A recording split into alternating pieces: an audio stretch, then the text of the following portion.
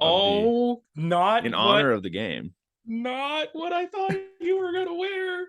Not what I thought you were gonna wear at all. Oh my god! I thought you were gonna be like, I thought you were gonna wear one of your hats that had signed, and I was just like, all right, that makes sense. No. This is how we're starting this episode. Yeah, because it's the way to do it. This week did start with some interesting stuff, so I had to kind of bring this back around to how we started the week. Yes. I don't think I'm gonna be able to wear this for the entire episode because it's already for the audio listeners. Brant is currently wearing a cone head. This was the greatest. It wasn't even a giveaway, but the greatest handout thing that they've ever done, and I love it. It's so stupid. Why were they handing those out? So the 92 World Series thing was that Saturday there. All right. And in the flight deck, they handed out, you can't see it, but I have those big foam J things. Okay, yeah, I saw them. Yeah, so they were handing out those first. And then you got these cones you put on your head for David Cone, because that was the thing back in the day. Right. So you put the cone heads on. And then I have this too. You could get the Winfield wants noise sign. Okay.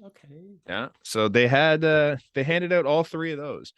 And it was great, but they handed out 1,000 of these cone head things. And after the ceremony, there were 3 idiots still wearing the cone heads. It was me and the 2 people I went with. Bro, stand out. Everybody came up to us like, oh my God, I love those. Where'd you get them? We're like, here, just 10 minutes ago. All you had to do was be here. And it was like everyone around us has one, but we're the only ones wearing them. Yeah. I don't know. But yeah, that was the fun part of game 1 of since the last podcast, I guess it was. What an intro. This is already suction cupping my head, so we're gonna change it, but I just thought it's a wrong sport. Breaking news that I just saw on Twitter, just something to do with basketball. Moving on. Oh, Donovan Mitchell. Yeah, it's crazy.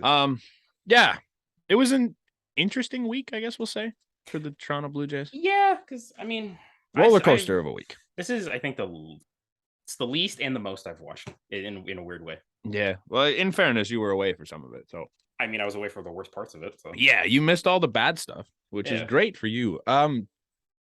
What happened since the last episode? We were recording for the first Boston game. We swept.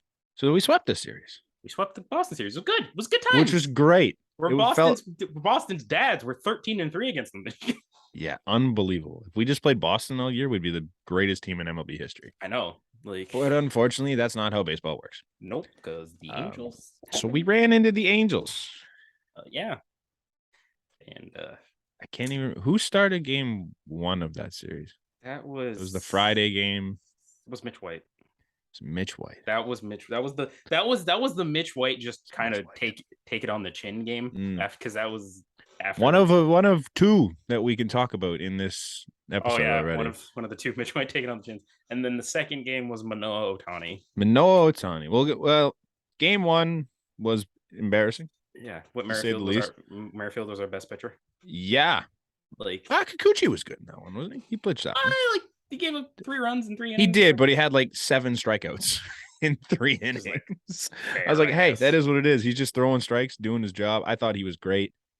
But yeah, Whit Merrifield looked better than everybody. He was throwing looked better than Mitch White. Yeah, he looked better than Mitch White by a lot. Oh yeah. Yeah, first game sucked, and Reed Detmers cooked us. Mm-hmm. It's just a shame that we don't have any lefties to combat the fact that we got absolutely cooked by a lefty. Yeah. Mm-hmm. Mm-hmm. That's our problem. Mm-hmm. Left-handed bats was always our quote-unquote need. And then game 2 was just game 2. Was just what are you gonna do, man? Shohei Ohtani was incredible. I don't give him a lot of praise because I'm just tired of people talking about Ohtani because it's just the same stuff over and over. It's kind of boring. But hey, he was great. He cooked us. Oh, Manoah was fantastic too. He put up 8 strikeouts, only gave up, I think, 1 run, right? I think the other one came from the pen. Yeah. He was great. There was really no complaints about that. But the offense, it got stymied by shut out again. It was a tough run. It was not fun being there because it just nothing happened It wasn't fun watching highlights. No, I can't imagine. And then the most of that series I watched was the Sunday. because that was least I watched. So that was all right. It was the wedding. It was the wedding day that I had to. I was just waiting for like to go to the wedding. I'm just like, all right, let me turn this on because it's on MLB Network on the US. So I'm just like, okay, cool. And then I see Shohei Ohtani hit a missile and ball goes over Bo Bichette, and I'm just like, yay! Yeah. And then Luis Rengifo, bye baseball, and I'm just like, yeah, that's what happens when you. It was just a bad series. Yeah, plain and simple. Every now and then you'll get beat by bad teams, and it just happened that there were 3 games in a row that we got beat by a bad team. The moment I turned that game off was when Kurt Suzuki went deep, and I'm just like, nope, baseball doesn't like us right now. No, it was tough. It was not a good series. It was not a great way to start the week. No. There were a few little things I want to take away from, not necessarily that series entirely, but from the last little bit of baseball. I want to talk about Tay Oscar Hernandez a little bit. Yes, we can talk about Tay Oscar Hernandez. I think Tay Oscar Hernandez is a phenomenal human being. He's a great person. He's a lot of fun in the dugout. It's great. I don't trust Tay Oscar Hernandez at all in the outfield right now. He's not a great outfielder. He's not he doesn't have the hustle to get to balls, which is strange. I've never understood that from him. He doesn't run when he's out there, which is weird. He did. I'll give it to him. The game we went to, he made a phenomenal catch in right field. But you could see it too, that he started with that little half-ass jog that he does until he realized, oh shit, I'm not getting to this, and dead sprinted it, and he got to it. Which is what, if he did that all the time, I wouldn't have an issue with it. But he doesn't do that. No, it hurts. And there was the game. Was it in? What was the first one where he let it? Was it against the Angels where it went under his glove, or was that against Boston?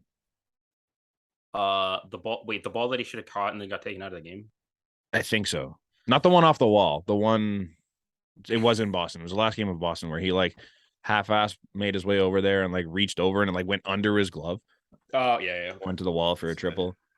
It was Reese McGuire. Reese McGuire hit the ball. Oh, it's the Reese McGuire. I was wondering about the Reese McGuire. See, it didn't matter. I didn't even remember that because they didn't score. Sure, but it was just that was the start of the handful of things from him that I'm like. It's just, you look at that from time to time where he just half-asses his way to a ball, and I'm like, why? For what? We're talking about a game in August at this point. The season's coming down to a close. We got a month and a bit left. You can't be half-assing it anymore.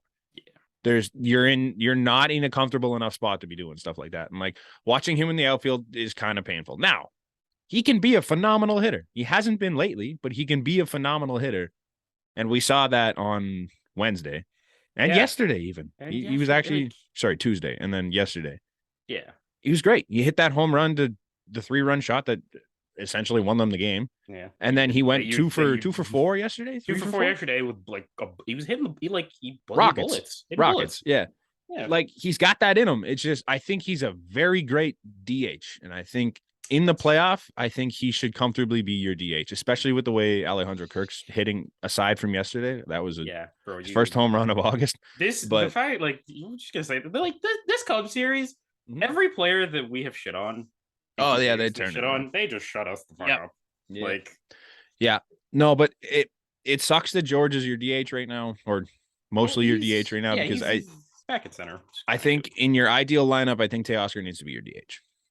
Yes, you have too many outfielders to just punt that spot. Which is why I'm I was going to say something about for but it's kind of more of an off-season thing where it's you could just go get somebody. But it's But as of right now, with the roster you got, I think Tay Oscar needs to be your DH. I don't trust him enough out there in the outfield to be that guy. So who then would you put in right? Now that's where I don't really know. Would you? That becomes a matchup thing, I think, because I'm not all that comfortable with Raimel Tapia right now. I don't think he's hitting it very well either. No, I'm not either. JBJ's on and off. You never really know what he's going to bring. He's going but he's great defensively. Great defensive glove. Which I feel in this lineup, if this lineup is clicking, you can live with JBJ as your weak link. That is very defensively. Now, I'm very disappointed that it took us this long. Bradley Zimmer is back on the Toronto Blue Jays. I know, and I don't know how to feel about that, especially because I saw. I feel great. Hey, dude, I feel great. And then I looked, and then I looked at other teams and who they're calling up, and I'm just like, who cares? Oh boy. I don't even care. Forget the Baltimore Orioles. What do you mean? Who cares about the Baltimore Orioles? Don't even care. Gunnar Henderson Bradley Zimmer. Okay, you know what? Yeah, small shout out Gunnar Henderson. First hit with a Gunnar home Henderson run. was great. Helmet flies off in 2 seconds. The most majestic first career home run you're ever going to hit. Yeah. Hair flowing in the wind. Good for him. He'll never be Bradley Zimmer. He'll never be the Zim. Never be Zim. I mean, like, yeah, we don't need a 7th outfielder. But who else are you calling? I think maybe Swatto would have been a good one. Otto Lopez. Like, that would have been it. Like, dude, maybe like the three that you could do before Bradley Zimmer, and I'd be like, okay, would obviously be Moreno, Lopez, and like if you felt like putting up a catcher, but you don't want to bring Gabe up, Zach Collins. Zach Collins has been mashing, and I would probably bring up Zach Collins before Gabe Moreno.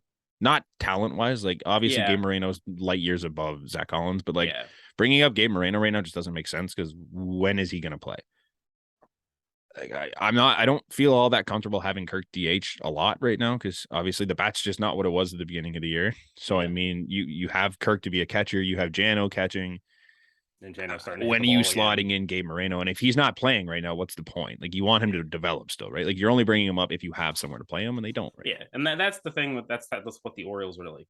That's why the Orioles are able to do it because they can play him. Because they can play him. They're fucking playing over. They're playing him over Rougned Odor, like as you should. Like, but yeah, we don't. I obviously Brad's a weird choice. I mean, yeah, like of all the choices, like I would trust Otto Lopez way more. Considering Otto can play all of the positions and is about as fast, if not faster, than Bradley Zimmer. Like, yeah, I think the thing with Otto too, though, is he's another guy you still kind of want developing a little bit. I think it's got to be like Brad or maybe even Yoshi Satsugo would have been an interesting one. Yeah, like Yoshi Satsugo is like, you remember how the Blue Jays last year were like signing every outfielder, like Gerard Dyson, Gregory Polanco. He seems like the Gregory Polanco. He's the Gregory Polanco of this year. Yeah, that's a good way to put it. I'm still mad that we never even gave Gregory Polanco a look. Yeah, he was last year. They were both raking in AAA when they came here too. Like Yoshi's got a handful of home runs already. Yeah, like, and Yoshi's actually making like good defensive plays too. It's weird. Like, but realistically, we're talking about the last guy on the bench, and the last guy on our bench now barely gets in the game. Yeah. So it's really not that big a deal. So I don't see the need in that being Gabe for sure. Like I just let him cook in the minors for a bit and let him figure out how to hit consistently. But if you want to talk about the other person that we brought up today, why did we bring up Casey Lawrence? I think in a usual situation, it would probably be Zach Pop. But obviously, Zach Pop can't come up right now because he just got sent down. So he needs the 15 days or whatever it is. Nobody's hurt. So don't we have like a doubleheader against Baltimore? That's the other thing is there's the doubleheader with Baltimore coming up. And then shortly after that, there's the 5-gamer with Tampa. But I don't know if there's a doubleheader in that. So we're punting on one of the Baltimore games? I think so. Okay. I mean... Because I think after that Baltimore game, that's the last we're going to see Casey Lawrence after the Baltimore game. You might DFA him after that. You're gonna DFA him, and you're gonna bring up Pop and Merriweather. Yep, that's what's gonna happen. Yeah, like it's a temporary move for sure. I think you're not gonna bring up Merriweather for 4 days, whatever it is.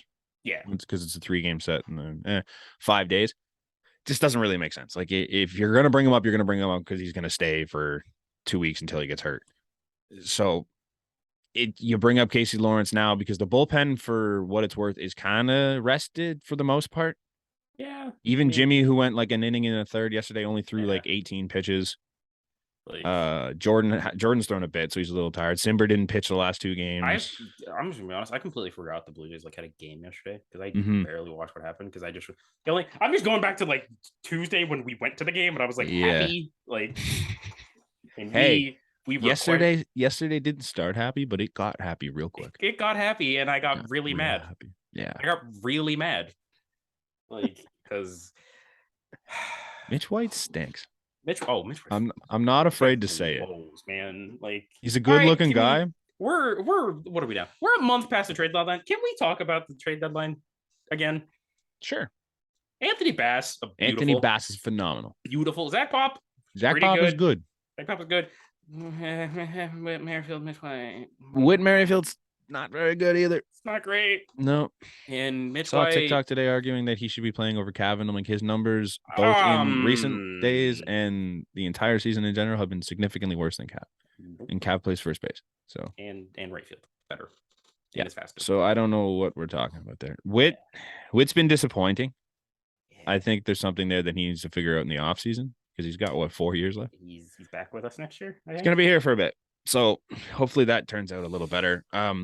But the Witt deal only sucks because that was the one you gave up Max Castillo for, right? Max Castillo and Samad Taylor. I would trust Max Castillo a lot more than I do Mitch White right now. Max Castillo was great when he was here. I know. So that sucks. I'm a little surprised I'm saying this, but if they would have done less at the deadline, I think we would have been better. Obviously, if you do a lot more, then you'll be better. But if you do less, yes, I think if you just made that pop and Bass move, I would have been. I think the team is better than it is. I wouldn't have been happy, but I wouldn't have been. It would be better than it is currently in this state, I think. Yes, because this does it's close. I think if we keep Mitch, if we don't have Mitch White, yep. Kikuchi stays in the rotation, which is. Does he though? Does Max Castillo not play that same role? I don't know if they let him, but I think he might. He started a couple times and looked great. He did, but then he went 4 innings. Which I can't. And that's worse than Mitch White. How? I guess that's very true. Jeez. But Mitch White is pretty. He's a good-looking man. He's a good-looking guy. Great-looking man. Yeah. I mean, he brings the team looks up, but yeah, he's had a rough couple starts, man. And yes, he was good in LA, but they have a pitching factory in LA, low-key pitching factory that nobody ever talks about. Nope. And it doesn't seem to be translating into the AL East very well. And he's struggling. It is what it is. Last night should not be a game you struggle as if you're a starting pitcher. No. The Chicago Cubs, man, like Ian Happ and Wilson Contreras. No hobbling Wilson Contreras. Yeah, that's great. That man hit a home run on one leg.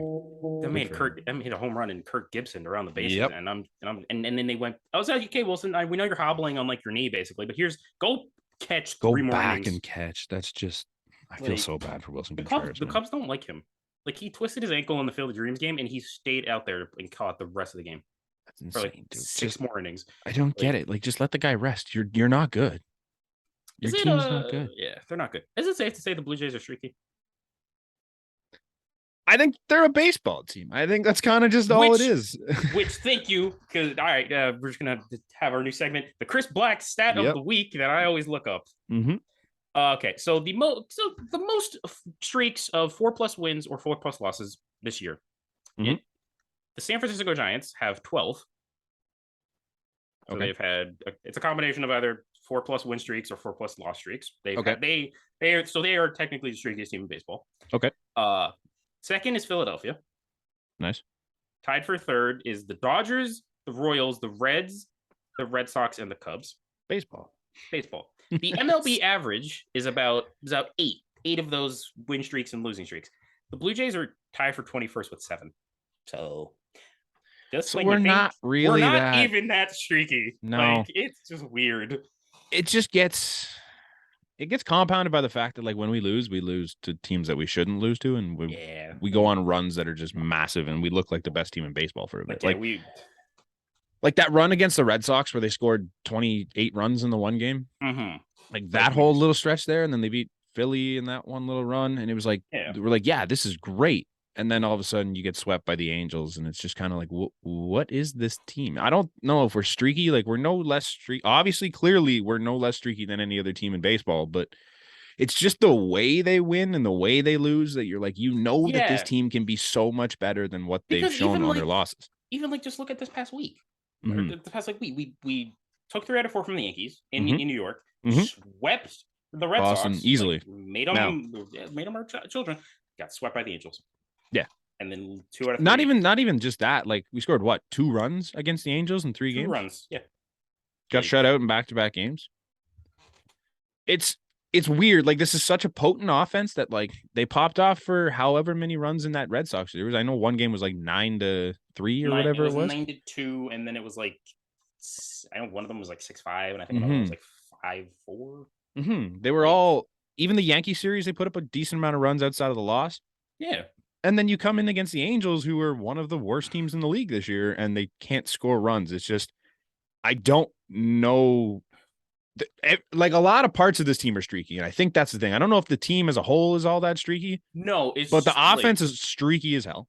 It's just never clicks all at once. No, that's the thing. You never get a consistent effort from the whole group at the same time. No, which is strange. I mean, why I'm praying. I hope it's in the playoffs. If it happens late September through October, that's when the whole team clicks. You're looking at a World Series team. Yes, I don't think that's debatable. I think this team, as a whole, is a World Series team. At a championship series team. Yeah, like one of the best two in the American League. Yeah, especially like you just look around the AL right now. Like, yeah, Houston scares me. Obviously, terrifying. Like 7 starters. The Rays are kind of a pain in our ass all the time, and they also they have the best September call up in my opinion, and that's Wander Franco. That's true. Like if he comes back, yeah, especially with just the way the team's been going already. Yeah. Yeah. So the Yankees are the Yankees. It's just I don't. Who knows with that team, and I'm not really all that scared right now. We just casually didn't mention the Yankees got beat 2 out of 3 by the Angels. Exactly. It's there's not a lot of teams out there right now outside of the Astros that I'm really worried about in the playoffs. They're all in the same state that we are, realistically. The Rays went through this at the beginning of the year. Like, they weren't good either. Yeah. The Mariners stunk up the joint for a month and a half, 2 months to start the year. And then caught absolute fire. They got red hot, and now they're in the mix, and they're doing their thing. They're ahead of us. I think someone said since like the middle of June, they're like 43-19. Like, it's nuts. All it takes is to get hot at the right time. There's a lot of teams that have already gotten hot. The Yankees being one of them, the Mariners being one of them. The Orioles. The Rays right now are hot. The Orioles got hot. We're the only team that really hasn't caught fire. Our catching fire was like, remember that 8-game win streak we had where it was the second game of the Cardinals 2, then it was the Angels 4-gamer and the White Sox 3-gamer. That was like our hottest like run. Yeah. Like, but other than that, we've had we've won like certain amount of games. Like it would have been like 4-1. Yeah, like the little stretches here and there. But just never been any of these other teams. And I think there's just got to be a point. Just the laws of baseball say that eventually there's going to be a point where this team puts it all together and is hot. Yeah. And we just haven't seen that yet. Now, if that happens in late September, early October, like, you're going to look like the Atlanta Braves of last year. Like, dude, exactly. Like, if Jose Barrios can just be an okay pitcher, 80% of what he was, 80%, you have a great 3. Yep. Like, if Ross Stripling continues to do what he was doing in any way, shape, or form, you have a 4. Yep. Like, and I don't know. It's strange. Like, now, I don't know what the offense is going to do because they're either the best offense in baseball or they don't know how to score. Because lineup construction is very interesting to me with John Schneider. It's all over the place. I hate bringing this up. Lourdes Gurriel Jr. we love him. He should not be hitting 3. No, he's not. You don't have the pop. Ever since he got moved to the 3 holes, he has like a under 600 OPS. Like, he's not been good in the 3 hole. No, he's had a rough stretch a little bit. Like, I can't believe I'm saying this. I think I prefer Bo Bichette in the 3 hole than fucking, like, you sandwich Bo between like Teo and Vladdy, and you just call it a day. Like, can we sidebar onto Bo for a second, just quickly? Yes. So you can always sidebar with Bo. Bo takes a lot of heat. Rightfully so. His numbers don't look phenomenal this year. Nope. If you look at Bo's baseball savant page, for starters, his outs above average has tanked the last like 2 weeks. At the beginning of like last week, it was I think he was in the 62nd or 63rd percentile. Is he under 30 now? He's 11. Yeah. It's been been a bad defensive week for Bo. Oh my God. But I don't want to talk about Bo's defense. That is what it is. That's a dead horse. Yeah. Now, obviously Bo's offensive numbers don't look great. However, he's in the 90th percentile for average exit velocity, 79th percentile for maximum exit velocity, and 92nd percentile for hard hit percentage. It's not like he's not hitting the ball this year. The problem is his chase rate is 13th percentile. Yeah, because he doesn't have an eye. No. Now, like, that's something you can absolutely fix in the offseason, though. Like, this isn't a guy that I'm worried too much about with how he's played this year, because that's something, if you actually train yourself into being more selective, he will be a phenomenal hitter once again. If we're being honest with ourselves, if you just put the eye and the defensive ability of Kevin Biggio on Bo Bichette, that's an MVP. You're absolutely right. I was gonna say that if you told him to go hang out with Kevin Biggio for a summer and train with him, or for a winter, and train with him, you're looking at a guy that's going to turn it around and be elite once again. I think the rest of the numbers are all there. It's just he needs to be more selective, and he has been lately. Like, he's been taking walks. I think it's also just like the team's ground ball percentage is so much higher than last year. Like Vladdy's up 10% from last year. Like, I think it was 40. He's still 45? Hitting the ball harder than pretty much everybody else in the league. He was 45% last year. Yeah, we have as a team, we have the highest average exit velocity in the league. Yeah, which is. Now, I said I didn't want to talk about Bo's defense, but I want to talk about Bo's defense. But it has nothing to do with Bo. Okay. Oh, Bo Bichette's not great. I'm not gonna sugarcoat Bo and say he's a phenomenal defender. You're gonna do this. Yes. Can we just talk about the fact that Vladimir Guerrero Jr. fundamentally isn't a great first baseman? He's a great defender. I'm not saying he can't play defense. Fundamentally, as a first baseman, it's not pretty. He doesn't, like, everyone's like, oh, he saves Bo all the time. He also cost Bo a handful of errors. There was a play last week where he just stepped the wrong. It's awful. His footwork is terrible. Recently though, his footwork's been terrible. It's been like that for a while. He's just made the plays. I've been saying this since the beginning of the year. He's just, the fundamentals of him as a first baseman scares me. Yeah, it's not pretty. He's a phenomenal athlete. I think he's a good defender. I think he's a great defender. Yes, but just watching him play first, it still looks like the moon to him, and I don't get it. Which I know you're probably not happy about the. I think there was a voter survey. Yes, I saw that come out. It made me they had it, the best American League for defensive first baseman was Vladimir Guerrero Jr. And I'm just like, which statistically it's true. Like, yes, all his analytics are there. He makes plays that he shouldn't, on ground balls. Yes. Oh yeah. But playing first base is just like, it still just looks so awkward. Yeah, Lourdes looks almost more comfortable on first base than Vlad does, which is strange. Yeah, because Lourdes gets scared when he's in the infield. It's just, he's a left fielder now, because he couldn't play in the infield. It's not enough to knock Vlad off of first baseman. He's the first baseman of his team. He's not going anywhere else. But I don't understand how after 2 full seasons of this now. Because he played all of last year. Is it third? Because the first one was the 2020 season. All of 2020. So that's a half season. Yeah, half. So 3 years technically, because he worked on it all year. 2.5 seasons. After 3 years, he still can't make that step to his right side. Like, he always steps straight forward and never to the right. I don't understand why that's not a thing. And now, I'm not saying that would turn Bo into a Gold Glove defender, but you take away 4 of those errors, it doesn't look nearly as bad as what it's been. I still fully blame Bo Bichette as the reason why he's been bad. No, not even that. The fact he's bad. I blame him just for Matt Chapman's stats not looking as good as they usually do. I blame Bo. Maybe I think Bo gets to more balls, and I think that's the problem. Because it's just he's got range, and he gets to a lot. That's the problem with whether or not he makes a play on it is a different story. That's the thing with Bo and that's why Bo and Tim Anderson are so similar. They're so athletic, they get to everything, and it's just like, oh, your stats don't look great.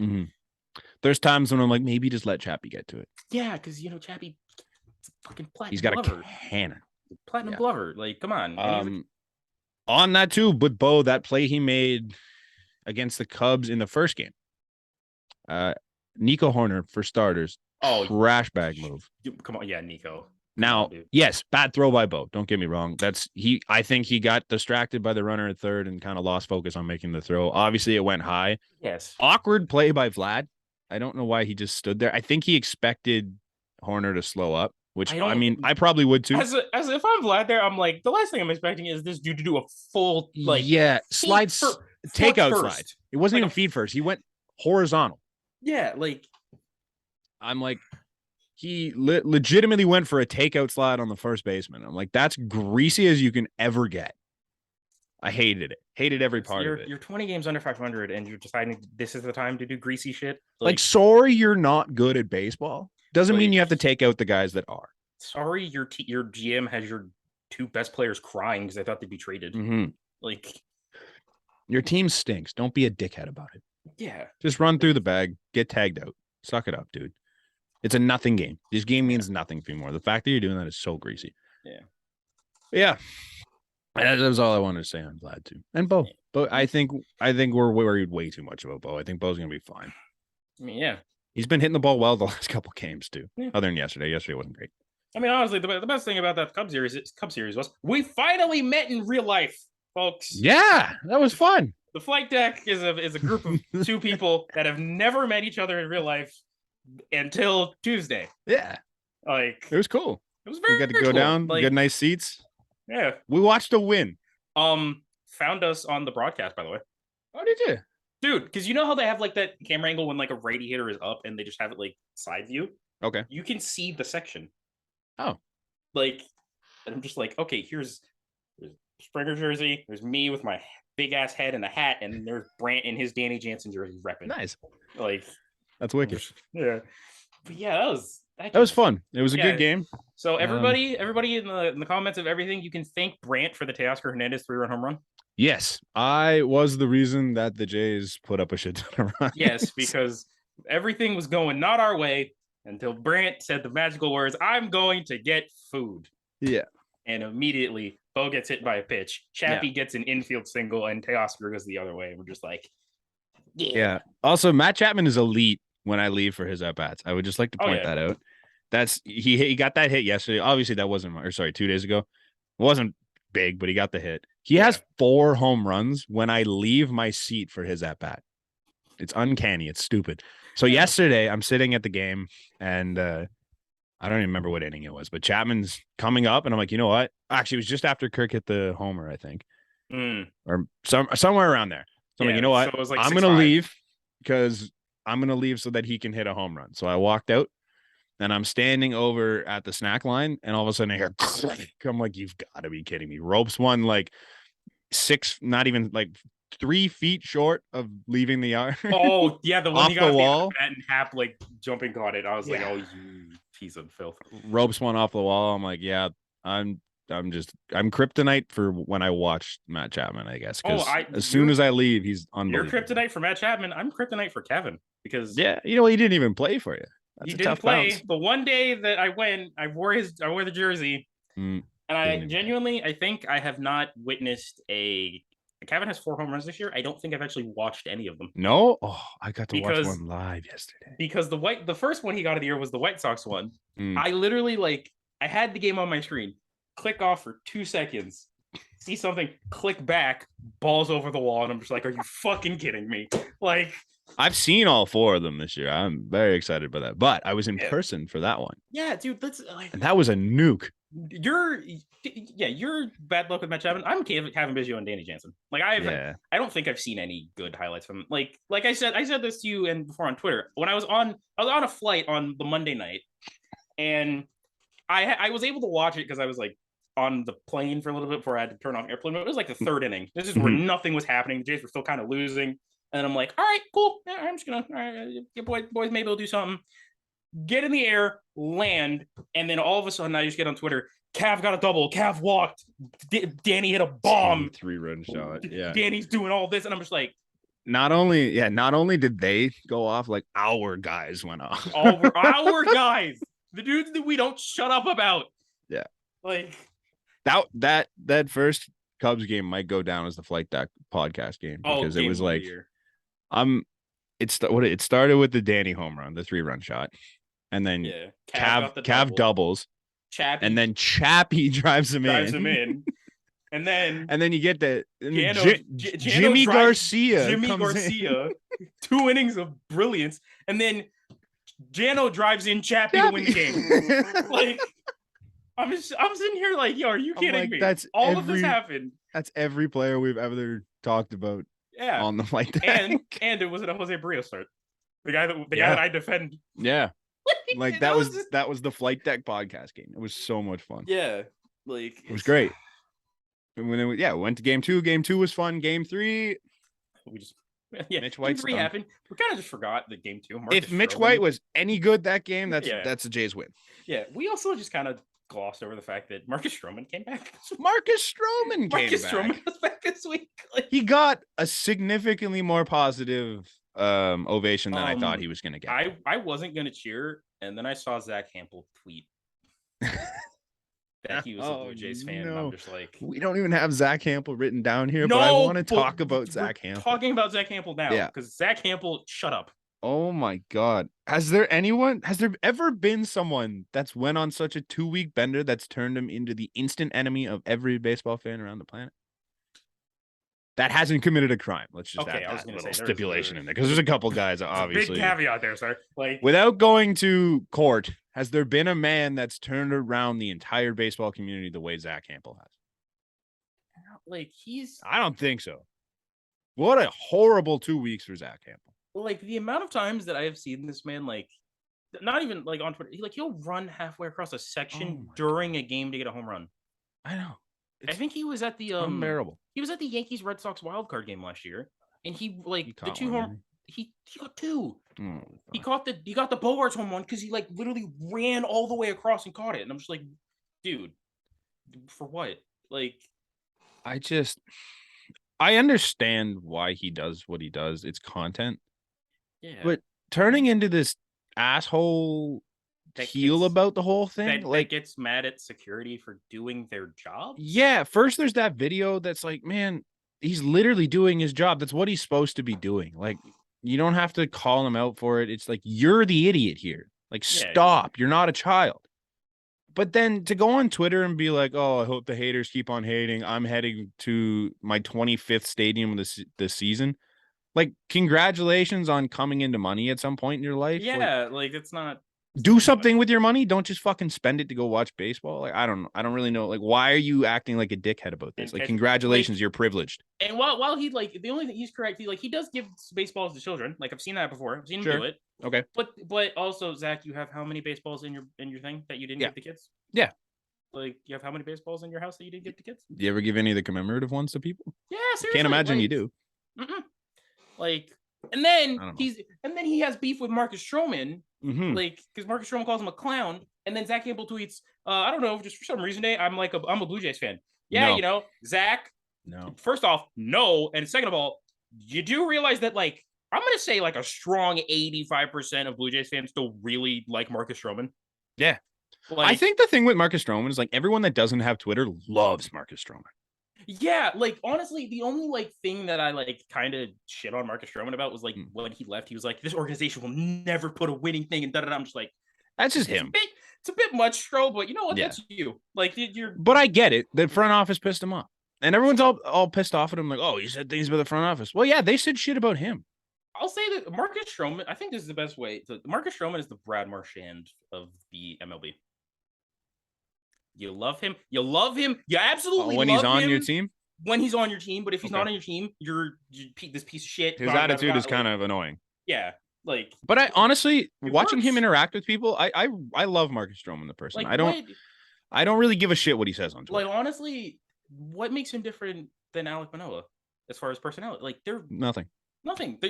They're exactly the same. He's just shorter. He's shorter. We're the same number. Yeah. What was the other thing too? Oh, that was the one. Everyone keeps bringing up the whole he kicked a bunch of people out of the gym to work out. You know who the two sources were on that? Was it Wolner and Oh, it wasn't even actual sources. It was players. Oh. Was that when Randall Grichuk had beef, or was that one of them was Randall Grichuk? Okay, yeah. You know who Randall Grichuk sided with? Aaron Sanchez? No. It was never a Blue Jay. Oh God. Was not a Blue Jay. Guy is actually now banned from Twitter too. Maybe that'll give you a hint. Oh, who is banned from Twitter? Oh, who's banned from Twitter? Oh, there's one. Oh, the alpha male of all alpha males. No. Aubrey fucking Huff. Oh, okay. See, I didn't think. I hate Aubrey. Aubrey Huff was the main source of that whole Marcus Stroman thing. He was the one that said, "Oh, I heard a story that blah blah blah, and this happened." He kicked all the minor leaguers out of the gym. That was the guy. And then the one that backed it up was Randall Grichuk. I think that's kind of where I was a little done with Randall Grichuk, and I understand that now. I'm kind of remembering that. Yeah. But those are your two sources. I'm like, if you're a Jays fan, pick a side. You can either like hate Grichuk or hate Stroman. I don't think you can hate both. No. And too many people hate Grichuk to also hate Stroman. I don't know. Yeah, bothers me. Like, we're going off the rumors of the biggest douchebag in baseball history that hasn't committed a crime. I'm gonna keep putting that asterisk on things. Yeah, we gotta. That's a big asterisk. Yeah, but like one of the shittiest people in baseball history, and Randall Grichuk are your two sources that you're like, yep, that happened. Nobody else ever said anything about it, ever. It's just those two. I don't know. Like, I like Stroman. I think he's great. I think he's a great person. What he did for the fans too on that game, that first game, was incredible. Yeah. That one kid he tweeted at him, and he's like, "Hey, come down to the dugout, and tweet me when you're here, and I'll come out and say hi." And he came out, took pictures. The young kid from London, like England? Yeah. It was his last day here. Came out, saw him. And I think even Stroh said next year, like the Cubs are in England, yeah. So he gives you tickets to that game. And absolutely, like that's what you should be. I understand if you're one of those people that are upset that he blocked you on Twitter. Yeah, like you probably did it to yourself. Like, he's got a quick trigger. Like, you don't got to say stupid shit at him. He doesn't don't let his thoughts concern you. Who cares? But he's a great person. Yeah, Mark Sherman really doesn't care what you think. No, I think the way he approaches Twitter is probably better than most people. Yeah. Like, if you don't like seeing people on your timeline, block them. Pretty simple. Like, he has no need for you. Like, it's pretty simple. I mean, he's never blocked me because I don't say stupid shit to him. Nope. He doesn't. I don't concern myself with his opinions. It's pretty simple. Yeah. But he's a great guy. Stuff he's done for people is great. But that was Marcus Stroman. He cooked us too. What was it? 5 innings, no runs. No, only 1 K, which is very Stroman. That's Stroman. 1 share ground balls. Like, yeah. Did we miss anything in Blue Jays related? Oh, yeah, I do want to talk about the 92 celebration. Just briefly. Other than your cone heads. Yeah, obviously the cone heads are cool. The Winfield signs are cool. It was a lot of fun. Mm-hmm. It brought up a discussion amongst Jays fans that I got way too deep into it. There was a giant elephant in the room. There was obviously somebody missing from the group that was not allowed to be at the ceremony. Yes. Rightfully so. Yes. He did what he did. Do you want to bring up his stupid name, or are we going to just leave him? You don't know. You don't have to. You know by now it's Robbie Alomar. Like, the guy, you know what he did wrong. You know why. Maybe you don't know. Now, this is the thing. Maybe you don't know why he's not there, because my mom didn't know. Because she doesn't really follow that media as much. So she was like, well, I don't even know what he did. So I explained it to her. She's like, okay, I get it. Mm-hmm. Now, obviously, there's people like that are still Robbie fans. You're going to wear the jerseys. You just don't really know the extent of what happened. Yeah. Fine. Yeah, I mean, educate yourself a little bit, but it happens. Now, there's people, it's a terrible place to reference from, but there was a comment on Facebook on a Steve Simmons article, of all things. Actually, Steve Simmons kind of started this whole thing saying, like, you can't have the 92 World Series without Robbie Alomar, so you can't have the celebration without Robbie Alomar. For starters, that's garbage. Yeah, he was a big contributor. He's a shit guy. But that's like, in his world, he tried to attempt to, like, basically the equivalent of what he's saying is, oh, you can't have the 93 celebration without Joe Carter, which no, it's not the same. It's not the same. You can still do it. You can still do it. It's just not, even if, which first off, you kind of have to have the 93 celebration with Joe Carter, given the fact that he's like the biggest moment in Blue Jay. He's the biggest moment in Blue Jay history, but that's what Steve Simmons tried to do. Like, he tried to basically, because he had that homer 92 Joe Carter against Eck. And I'm like, people were like, oh, that's like the second biggest homer in Jay's history. No, it's not. No, it's not. It was cool. It drove him there. It's not top two. It's Sprague. Some people there's one person that said it was the best homer in Jay's history at the time. I'm like, stop. Just stop. Arguably not even top 5. Now, that's whatever. That's an opinion. If you think that, you think that. It is what it is. There were people commenting on it being like, there was one in particular that said Robbie Alomar is the class of the Blue Jays organization. Don't you dare try and say that. Because maybe as a ball player, He was great. He's a Hall of Famer. He was phenomenal. Like Robbie Alomar, the person, is not a good representative of what the Blue Jays are or what the Blue Jays have been or ever should be. Because what he did was wrong, plain and simple. Whether you one of those idiots that say, "Oh, maybe you can't believe the victim," whether you believe that or not, it was a shit thing to do. Yeah, he admitted it. Yeah, but he did. He fully admitted it. And you know, is the class of the Blue Jays organization?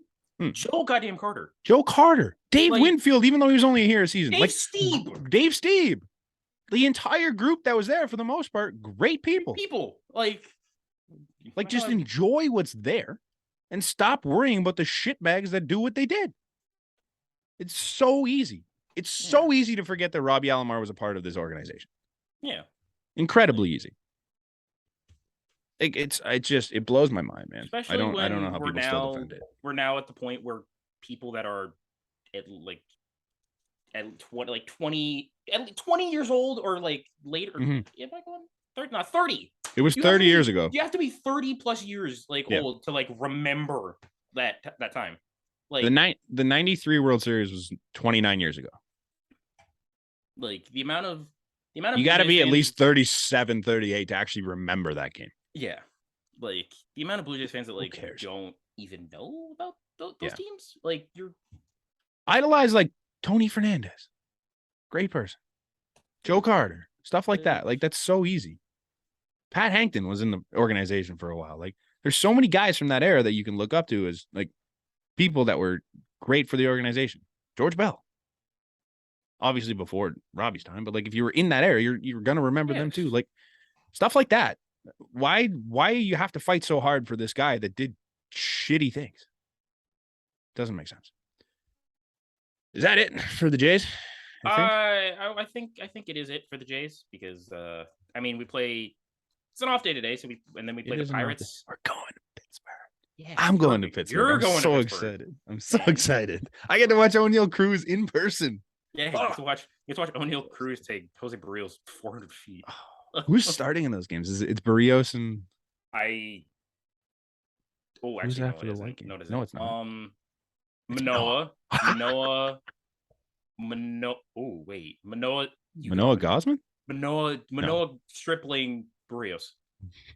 I only get Manoah and Stripling. I'm not going to Sunday's game, but yeah, fair enough. That's okay. Manoah Stripling's cool. I'm happy with it. I go all the way there for a Manoah start. That's pretty fun. Yeah. All right. Good seats too. Seats are so cheap in Pittsburgh. Oh, dude, because they're not good. I know. They're terrible. But... we're in we're just a section away from the dugout. Okay. And they were $28 US. Oh my god. Yeah. I wish. So sick. I wish those. I'm so excited for that. Oh well, okay. I feel like since we're going to league stuff. Julio Rodriguez got the craziest and most confusing bag I have ever seen in my life. I don't understand it, and I've tried to read about it. I still don't understand it. A lot of it was it's like a 12-year deal that could become a 17-year deal. I think if he maxes out all of his incentives, it's 18 for 450. Okay.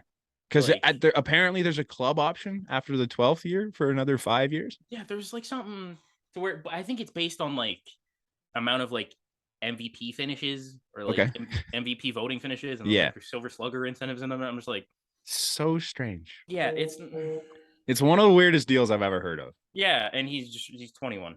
He's 21. So now I'm shocked that they gave him that, given what just happened with Fernando Tatis. I know, that's all I'm saying. Julio Rodriguez, please don't ever get ringworm in your life. Yeah, I mean, it's a strange deal. It's a strange deal, obviously, because of the structure of it. It's weird, but I thought we might start getting away from giving younger guys so many years because you just don't know. Also, if this is probably the most win-win trade, win-win signing ever, because Julio Rodriguez at worst he gets guaranteed 8 years, 200, 8 years for 200 something. Yeah, I think. And that's if he hits none of his incentives. So if he sucks. So if he gets paid for 8 years, but the Mariners don't have to pay for him for 17 years. But if Julio hits his 17 years, the Mariners get a franchise player for 17 years. That's good. That's good to get paid that much. Like, he's gonna earn what he's worth if you have him for that long, I guess. So that is a win-win. You're right. Yes, like, but it's just so weird. Yeah, it's good for them. It's a great the Mariners front office. I think the Mariners have been a win this year. Like, as a whole. I hate to say it. I know. I hate to say it. The Mariners are the one team that I've just like unnecessarily hated for a long time. I don't know why. They haven't been good. I think it's just because they're so consistently mid. Arguably Hall of Fame talent. For 20 years. Yeah. Like you're telling me you had Ichiro, Ken Griffey Jr., mm-hmm. Felix Hernandez, like prime King Felix, and you just did nothing. You had like arguably the best contact hitter, and I don't even know if it's arguably. I think the best contact hitter in baseball history, and never brought him to the playoffs. I mean, contact hitter? Come on. 21. What's Ichiro leads professional baseball and hits by like a mile. Okay, fine, fair. Like it's just a lot of it was in Japan, but he still had 3,000 in. He had 3,000 in the U.S. in the majors, right? Yeah, in the majors, yeah. It's insane. Yeah, the guy hit everything and never took him to the playoffs. It's so stupid. Yeah, that team just angers me. I hope they do. I hope they do well by Julio and Robbie Ray. You're finally signing guys to real deals. Hopefully it turns out. Ty France is fun. Yeah. I don't mind Ty France. Did you see Sam Haggerty make a leaping catch off of the screening today? No. He it was a ball, they're playing Detroit. It was a ball down the left field line. He fully does a headfirst dive into the screen, springboards off of it, and keeps the ball. Holy shit. Good for him. That's cool. Yeah. That's super cool. Yeah. Into some less cool and slightly weird stuff. Okay. I feel like we need to bring up the Josh Hader conversation because it got worse. Oh my god. He's not the closer. First off, this is addendum. He just got his first save as a Padre. Oh, he got one. He just got it against the Giants. Nice. Like it took him this long to get How many runs did he give up? I don't think he gave up any. No? Wow. Okay. Cool. All right. Well, Good job, Josh. This was I got this thing from 3 days ago. It was after he gave up 6 runs in 1/3 of an inning to the Kansas City Royals. Oh no. So after that outing, his ERA as a Padre was 25. What was 25? 25. Oh. 25. Oh no. And okay, let's see. Also, at that point, since joining the San Diego Padres, Josh Hader had thrown 4.2 innings, 12 runs, 12 hits, 7 walks, 8 strikeouts. And at that time, his season ERA was 6.52. Just keep in mind, folks, that guy was the best closer in baseball. He didn't give a run up in the first 3 months of the year. Yeah. That's incredible. The Brewers had to have known something about this, right? There's something there. You know, if I'm the Padres, I'm gonna look at his neck and see if it's strained. Something? There's got to be some type of weird impingement. Is it a neck strain in quotations? Just put him on the IL with the neck strain. Take a week. Take 15 days off, dude. Who would have thought that Josh Hader would be Yusei Kikuchi bad? Oh my god. Arguably worse. Arguably worse. Arguably worse. Can we talk about the Milwaukee Brewers? Oh man, Hey, 4-1-0 for my man Mark. Bro, Mark is a lovely human being, I guess. Oh, Mark. So if you didn't see it, when you go to games, a lot of baseball games, they do the messages for people in the crowd. You can pay some money, you can have your message put up there. It's $100 to do that at the Jays game, by the way. Crazy expensive for what it is. Expensive, but crazy. Now, this girl, unnamed, obviously didn't put her own name on it. Because why would you, right? Yeah, especially when you're now she decided her and her good friend Mark went to the ball game, and on her $100 video board that she paid for, maybe not $100, but let's just say for argument's sake, $100 video board. She still paid for it. That's the problem. She decided to go, Mark, your friendship means the world to me. Let's not wreck it. Mark, my man. Mark, dude, poor went out. I'm so sorry, dude. Yeah, you already poured it all out for Mark. Yeah, here's my empty bottle of generic Gatorade. I just poured this all out for Mark because, oh no, Mark. And bro, well, it gets better though. Dude, there was a good ending to this story because yes. Christian Yelich found the tweet and quote tweeted it and said, down 2 in the 8th inning, the dugout looked up and saw this and said, let's win this one for Mark. And we got you, man. They won the game. They came back and won the game. But my boy Mark. But we have an official statement from the man himself. Oh, do we? I didn't see this. Yes, we do. Now don't read it. Don't read it. Okay, don't you read it. I gotta read it. I gotta read it. So Mark, his name is Mark Stevenson. Okay. He says, yes. Hey guys, that was me. Amy and I. Wow, he shouted her. Amy. Shame on you. Amy and I went to the game together. I thought we were finally progressing towards something. Oh no, Mark. She had just gotten out of a relationship. I thought this was my chance. It was not. Mark, please respect my privacy at this time. Mark, buddy. Can we help Mark out? I don't think we have any sort of Milwaukee. No, we don't have any type of pull, especially in the Milwaukee. But can we get this somewhere in Milwaukee to help our boy Mark find love? Like, there's got to be some eligible bachelorette in Milwaukee that loves the Milwaukee Brewers, like, and would be a perfect match for our boy Mark Stevenson. I hope this reaches somewhere. Oh wait! Oh my God! Dude, I didn't realize he had a whole thread. It gets worse. It gets worse. No. All right, we're gonna keep reading. Oh no, Mark! I simply don't understand why she had to do this publicly. Why couldn't we have talked in private? She really doesn't even want to be friends. She really doesn't even want to be friends, does she? Then why go to the game? I'm so lost. So, this was a couple days ago. So, anyone want to go with Wednesday's game against the Pirates? My spare ticket is now available permanently. Oh, Jesus. Just downloaded Hinge. Have to get out there ASAP. No, Mark. This can't be the real Mark. There's no way. Oh, man. There's no way. I hope it is. I'm starting to question. Praying that it is. I'm starting to question. And if this Mark is true, Amy messaged him yesterday in the ending of this thread. Just says hey. Just says hey. Oh, I hope this is the real Mark. If not, I would like to find the real Mark. Mark, we at the flight deck often think of ourselves as men of faith. If there is a deep drive to left field by Castellanos. And the Brewers. I don't know if I'm ever going to be putting on this headset again. Yeah. Poor Mark, man. Whether that was the real Mark or not, poor Mark. Dude. And shame on Amy. Shame on Amy, Jane Doe here. Jane Doe. Oh my God! Amy, you know what we didn't talk about with the Jays? Oh no! What did we miss? The Rogers Center. The Rogers Center is a phenomenal place, filled with baseball and friendship and love. It's the Rogers Center is a loving place. Yeah. Filled with love and filled with idiots. Especially the 500s. Yeah, bro, the 500s are where you'll find two people just giving her getting it done at the end of the row. In the fight. Shout out to this couple, man. Like, they didn't care.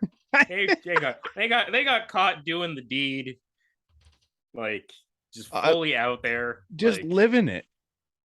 I mean, hey, dude, I have questions, honestly. Yeah, like, for starters, why are you doing it in the only seat that you can see coming up the stairs? Also, second, what inning did you do this in? Because depending on the time, had to have been like when they were already down like 4-0, right? Okay, it just had to have been. Imagine if it's like extra innings and this is happening. Like, we gotta ask Zach. I think Zach would know. He was there. Oh yes, Zach. We gotta find that out. Because, but why in the open seat? Literally, I think if they moved down 7 seats to their right or left, looking at the thing, I don't think they get caught because there's nobody else in that section. And I think if she faces the other way instead of like very obviously facing on towards this man, I think they have a good chance. Yeah, however, I don't think they were trying to not get caught. I think they wanted to get caught because this is way more fun, right? Like nobody's talking about these two if they don't get caught. I'll say they have the couple in Oakland beat. Absolutely. Like, and you know what? Best part about that, cops didn't do anything. Yeah, shout out Oakland cops. You knew what it was. Not Oakland cops. Shout out Toronto cops. Oh, it was Toronto cops. Toronto cops let them go. Oakland didn't do anything. No, you know Oakland launched an investigation. Toronto said, "Yeah, we're not pressing charges." You know our city is beautiful. Like, shout out! I've never shouted out police before because obviously they do a lot of terrible stuff. But shout out to the Toronto police on this one. That one thing, dude. A broken clock is right once a day. Yeah. Every blind squirrel finds a nut. Yeah. That was awesome.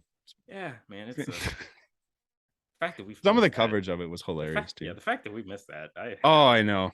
I'm a little disappointed in us, but fans are just. I'm so excited for the next one because obviously there's going to be a next one. Oh, dude. Maybe not in Toronto, but there's going to be a next one. Someone's going to like pop out a sign above. Someone's going to be on the field, I think. It's got to be the next step, right? Or in the concourse? I feel like you have to go go down further, like in the. You like do it out in the open, like in the 100 levels. In the case of Blue Jays, you're like the 200s and then 100s, and then you like the TD clubhouse. You do it then you do it on the WestJet flight deck, like the WestJet. Oh, the flight deck sex would be wild. I know it's probably not a great title, but can that be the title of the episode? The flight deck sex.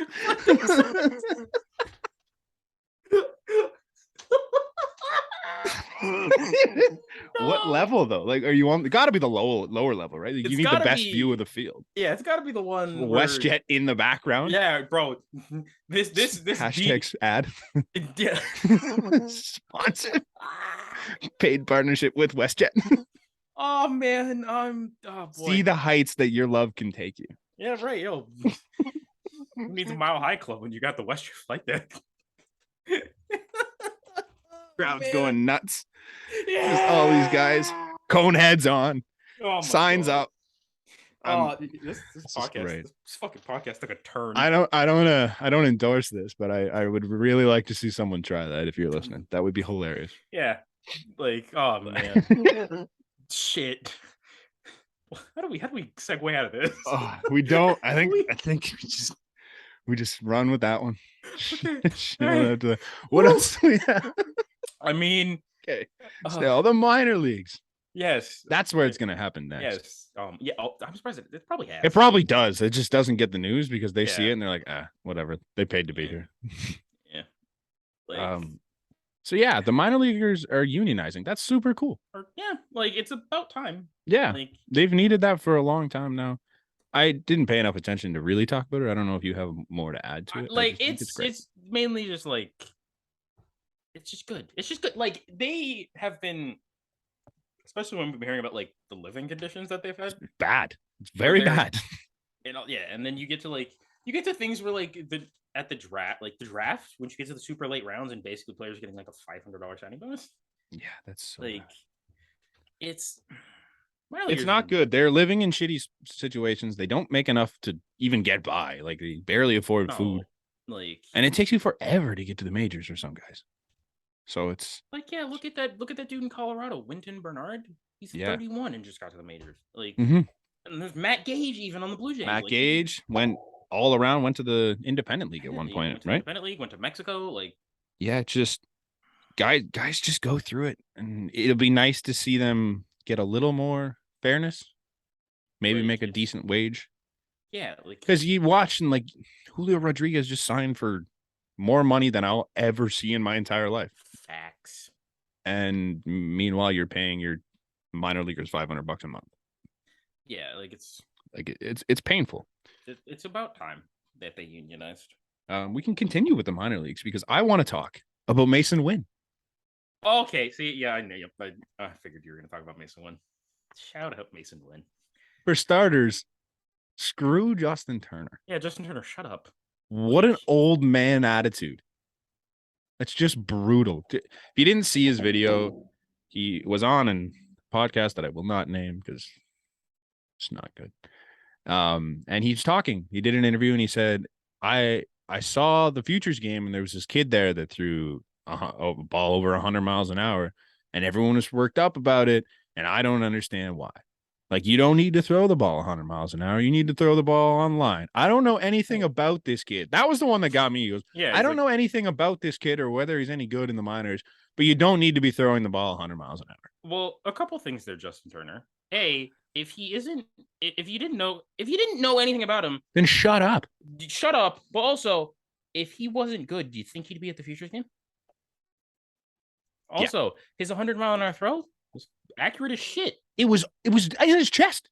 It was a dot. Bang. Also, and Mason Wynn was a pitcher. Was he? I think pretty sure. Hold up, that's kind of cool. Hold up, because I know he's an infielder. Yeah, he's a shortstop now, but I didn't know he was. That would be super cool if he was. Let me see. So basically, while you're looking that up, Justin Turner went on this stupid rant that made absolutely no sense, sounding like the oldest man on the planet, because he didn't like the way this guy plays defense, despite the fact that Justin Turner is also a terrible defender. Yeah. Which is hilarious. The fact that you're judging anyone's defense is hysterically funny. You're an idiot.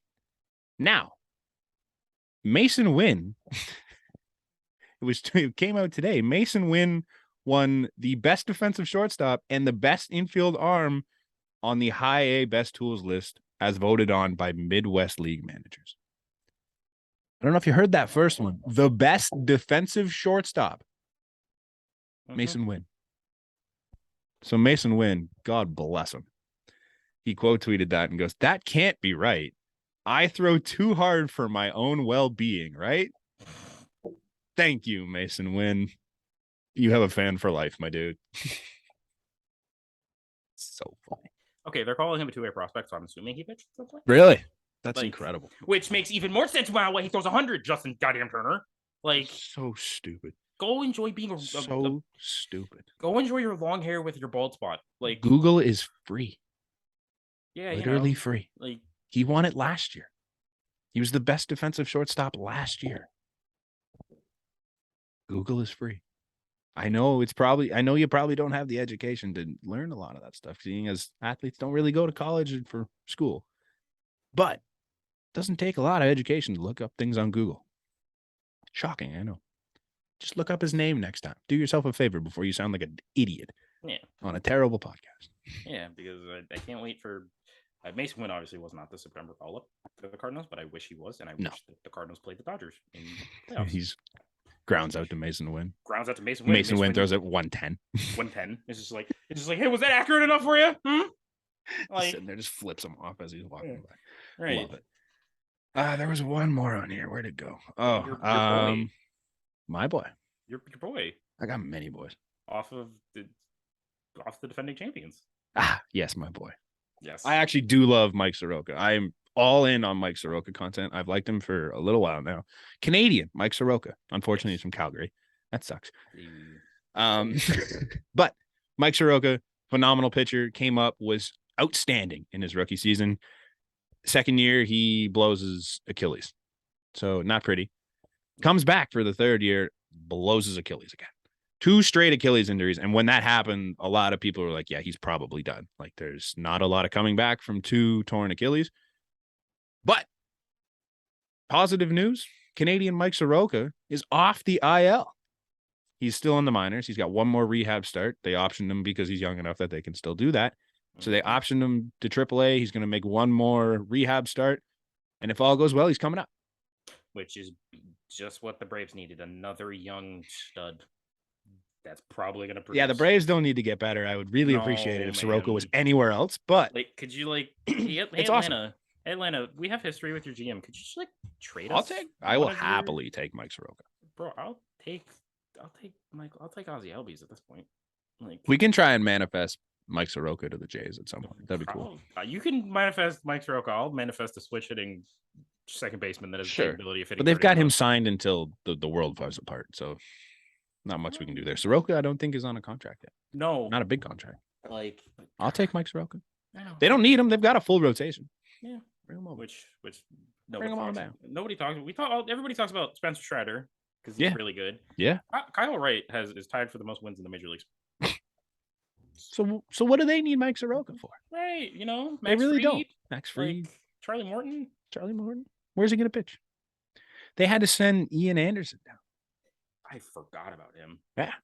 He wasn't very good this year, but They just send him down. So there's no point in them bringing up Mike Soroka. Send him our way. I will happily watch the homegrown boy do his thing. We need more Canadians. We do need more Canadians. All we have is Vlad and Jordan. And Pop. And Pop. Are we really counting Vlad? Yes. Until he plays for the Dominican in the also, WBC. Can we really count Romano if he's playing for Team Italy? I still count. He's from Markham. It's cool. It's close enough. I spent a lot of time in Markham, so it makes sense. Yeah, fair. I think that's it. Yeah, I think that's all we have for now. Anyway, we probably missed something. There's a lot going on in baseball. I feel like we've been going on for a while. Yeah, like it's a little over an hour. It's not bad. I mean, that's usually our length. It was an interesting week. I'm excited to see what happens from here on out. The Yankees continue to just be not good. Yeah, that was the one thing. The Yankees reached 70 wins before the Dodgers, which was crazy. They had a hot start. Then the Dodgers reached 90 wins before the Yankees reached 80. Yankees are what, like 78 wins, 79? Like, I feel like they have not made it to 80 yet. Like, oh my god! Now for the memes, I need the Blue Jays to reach 80 wins before the Yankees hit 80. I so want the Yankees might not win the division. Not because of us, but it'd be Tampa. Like Tampa's 6 back. They gotta play. They're playing each other now, I think. Like not right now, but yeah. So they play 3 in Tampa, 4 in Minnesota, and then 3 in New York against Tampa in this next week. Bro. The Tampa Bay Rays could be the division leader by the end of the next week. If all goes well. Yeah. And if things go how I realistically think they could probably be within 3 games. A couple of the Jays? No, the Rays. Oh, the Rays. The Rays could be like at worst they'd be within like 3 games. I think they could bring this down to legitimate chance. And the best news of all here is that we're only gonna get closer if we win here. Yeah. Because either the Yankees are gonna beat the Rays and we're gonna come closer to the Rays, or the Rays are gonna beat the Yankees and we're gonna come closer to the Yankees. Move up in the wild card. Like this is only gonna be good for us if we win these Pittsburgh games. And then is it Baltimore after? Yeah. And then Texas? Yeah. We have a great chance to make up some ground here. Yes. Like we just gotta beat Baltimore. That's the big ones. Yeah.